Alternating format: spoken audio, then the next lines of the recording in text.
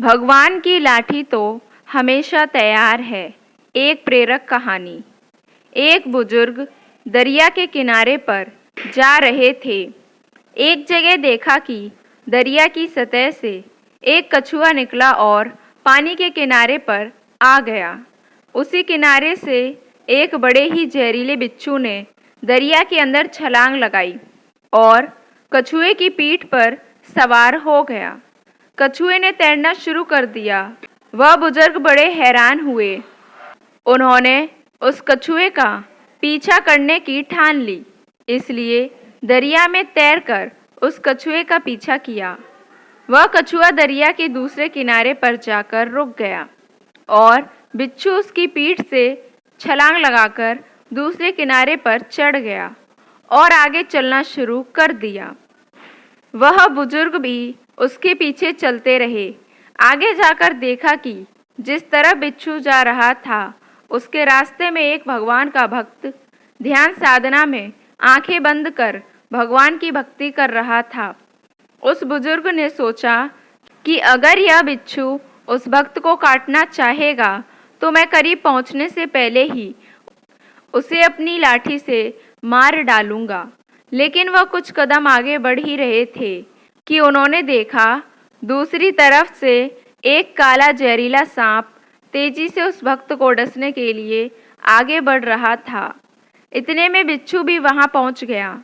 उस बिच्छू ने उसी समय सांप के ऊपर डंक मार दिया, जिसकी वजह से बिच्छू का जहर सांप के जिस्म में दाखिल हो गया और वह सांप वहीं अचेत होकर गिर पड़ा था। इसके बाद वह बिच्छू अपने रास्ते पर वापस चला गया। थोड़ी देर बाद जब वह भक्त उठा, तब उस बुजुर्ग ने उसे बताया कि भगवान ने उसकी रक्षा के लिए कैसे उस कछुए को दरिया के किनारे लाया, फिर कैसे उस बिच्छू को कछुए की पीठ पर बैठाकर सांप से तेरी रक्षा के लिए भेजा। वह भक्त उस अचेत पड़े सांप को देखकर हैरान रह गया। उसकी आंखों से आंसू निकल आए और वह आंखें बंद कर प्रभु को याद कर उनका धन्यवाद करने लगा। तभी प्रभु ने अपने उस भक्त से कहा, जब वो बुजुर्ग जो तुम्हें जानता तक नहीं, वो तुम्हारी जान बचाने के लिए लाठी उठा सकता है, और फिर तू तो मेरी भक्ति में लगा हुआ था, तो फिर तुझे बचाने के लिए मेरी लाठी तो हमेशा से ही तैयार रहती है। आइए दोस्तों, भक्त और भगवान की एक और कहानी को जानते हैं। किशोरी जी के नाम की महिमा। ज्ञानवर्धक कहानी। एक संत थे, वृंदावन में रहा करते थे। श्रीमद् भागवत में उनकी बड़ी निष्ठा थी। उनका प्रतिदिन का नियम था कि वे रोज एक अध्याय का पाठ किया करते थे और राधा रानी जी को अर्पण करते थे। ऐसे करते करते उन्हें 55 वर्ष बीत गए, पर उन्होंने एक दिन भी ऐसा नहीं किया जब राधा रानी जी को भागवत का अध्याय न सुनाया हो। एक रोज वे जब पाठ करने बैठे तो उन्हें अक्षर दिखाई ही नहीं दे रहे थे। थोड़ी देर बाद तो वे बिल्कुल भी नहीं पढ़ सके।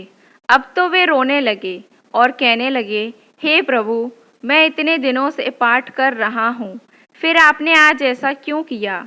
अब मैं कैसे राधा रानी जी को पाठ सुनाऊंगा?